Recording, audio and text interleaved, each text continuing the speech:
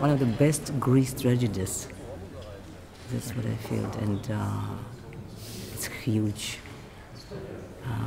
And it's play of ensemble, of course.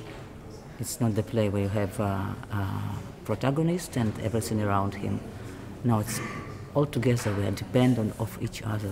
It's simple and deep and complicated, like life. It's a big drama in the family. A big, I would say, even telenovela, on a telenovelische scale.